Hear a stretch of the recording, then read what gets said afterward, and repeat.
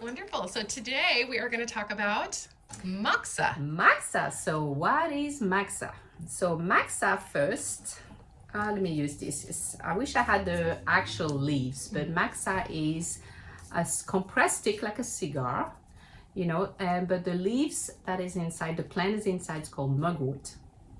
And mugwort have when lit up, have the property to be really penetrating and warming. So you have different form. This is the smoke moxa, so meaning that it's pretty smoky.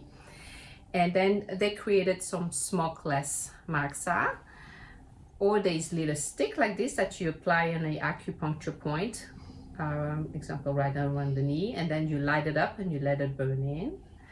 Or there's other apparatus. You could have moxa in a little wood box and you could put it on a belly to really warm up your belly if it needs to. So there's different form of proceeding with the moxa. And so what it does, it's used for when you have somebody that is very deficient after an illness or is really fatigued and they really need a booster. So the property of moxa is really warming and it penetrates through the tissue. So if you were using over this point, and as an example, the example of a cigarette and the moxa is that the cigarette, you would just feel it right on the surface of the skin. Moxa will go through the tissue to your bone. So it's very penetrating and warming. So if I have a patient that is really tired, I would use it on stomach 36 example and just poke over the point. I do not touch the skin. So it's not, there's all method that if you really want to make an impression, you could even burn it, but I don't think it would fly very well over here. But so we use it right on the top of the skin, and there's different method of pecking or circling, etc. And I'm gonna do it until the patient tell me it's too hot. And if somebody is very deficient, it could take a while until they start to feel the heat.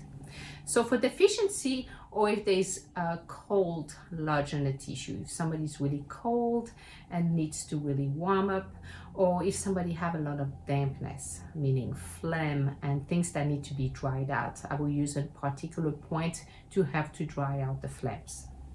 So that's what moxa is. It could also help stop bleeding. If somebody, woman had a menses that was not used, couldn't stop bleeding, there's some point that you could use and use the moxa to help to stop the bleeding. Wonderful. So it is used for tonifying, for warming, and for moving. Sometimes you can use the heat to move things in the body. So interesting. I love it. Wonderful. That's what moxa is. Moxa. Okay. Thank you so much. You're welcome. Okay.